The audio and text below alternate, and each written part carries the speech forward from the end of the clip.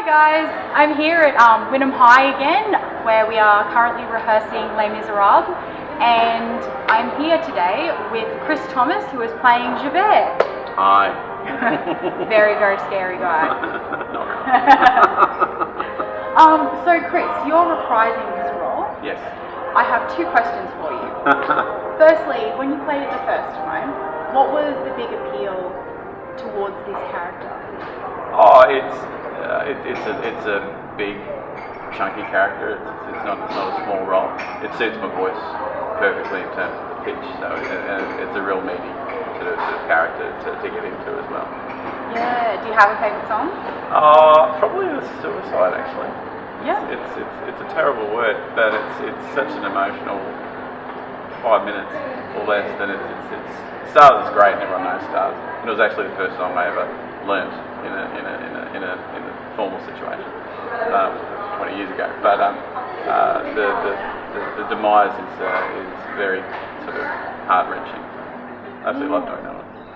And second question is, are we expecting anything new or different that you'd like to bring to the character this time? It certainly won't be the same. Different director has got different ideas. The staging is different. I'm 10 years, 10 or 12 was 05 last time, so 13 years more mature than I was before, and had a few more life experiences. So it's something that, whether they relate to Javert or not, you sort of always take it, from a different angle. Javert is an inspector. Yes. And he's a pretty good one. Can you tell us a little bit about how you developed him in the profession, or do you think that's not really relevant? Or? Oh, that's relevant. He's very. It's quite obvious. He's very black and white. There's no grey, so he's quite driven. So it's not. The way I've interpreted it, it's not surprising. He's probably climbed the ranks and gone into the inspector ranks, relatively early. I'm not even sure if he's an inspector at the start of the show. I don't think he is. But it's not surprising that he would escalate quite quickly through police ranks. Because he's driven. I don't think he thinks anything about anything else at night other than what he's got on during the day. He'll follow the law to the letter. He won't let up. He won't give in for anyone. And which we might talk about a bit later. That's what ends up breaking him when he finally does give in, and he can't bear the thought of it. He can't stand the thought of that he actually let Valjean get away again. Voluntarily, so otherwise I think he treats his job incredibly seriously. People don't see Javert as having a huge, an emotional journey, but there is a fair bit that goes on with him. Oh yeah, How would you describe? I actually disagree with the first bit. He has a huge emotional journey. It probably all comes at the crux again just before his demise, but that 5 minutes is spent with a lot of self-realisation, and he does, I think, transform into a place he doesn't want to be, but it's still quite a big journey for him. He spends the whole time. Valjean spends, I think there's 3 or 4 points in the show where Valjean, he's got him, but Valjean has an excuse to get away, and Javert either lets him or he gets overcome.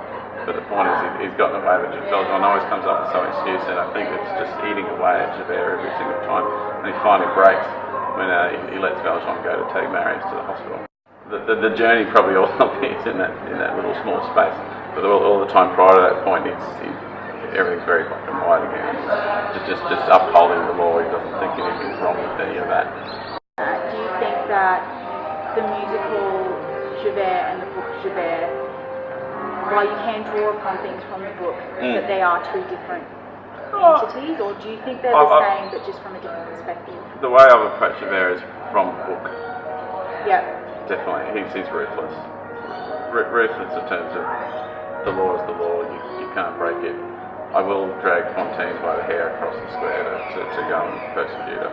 Yeah. Because he's got the whole God-fearing aspect as well. He's nearly clergy.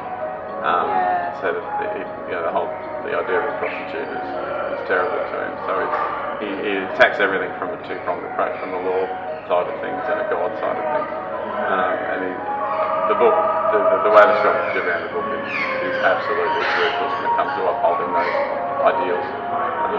So that's where I've always approached the character, and then you can see where in the score they've referenced this or they've referenced that, even if it's only a line, it's sort of representative of the description of the book. In your own words, the feud between Valjean and Javert, or the relationship, if you will, or whatever you call it, how would you describe that? Valjean doesn't have a feud with Javert. Javert has a feud because he's broken the law and therefore must be punished, and it's pretty much as simple as that. Valjean keeps having these periods in his life where he has being asked these big moral questions.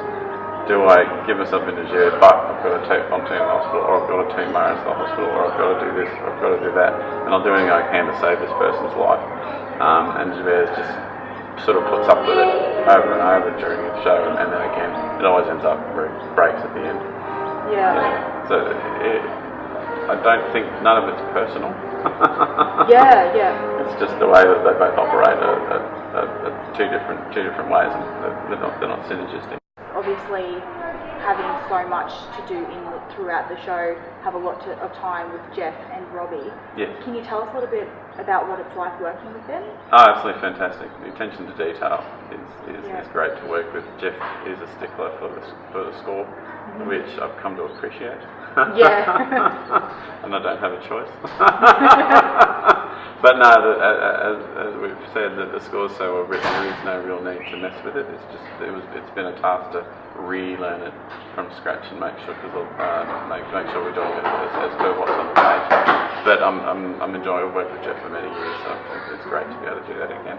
And Robbie is amazing. We're dying to work with him probably for 15, 20 years. And when the names came up on the bill, I was pretty stoked. Last question. What is Javert's spirit animal? Oh, I'm not sure I want to say yet. Oh, really? Okay. Is it different from the last time you played Javert? Or? It is, yeah. Oh, we didn't. The acting process was a tiny bit different director, different process. So we didn't. I don't think we went down the animal path last time. Obviously, didn't do it with Robbie last time. But I'm just going to keep it a secret for now. It's a secret, guys. We're not going to know. You have to come see it to find out. What to do with hair? Right. Excellent. Well, thank you so much for your time, No worries, Chris. And keep enjoying rehearsals. I will. I love it. Yep.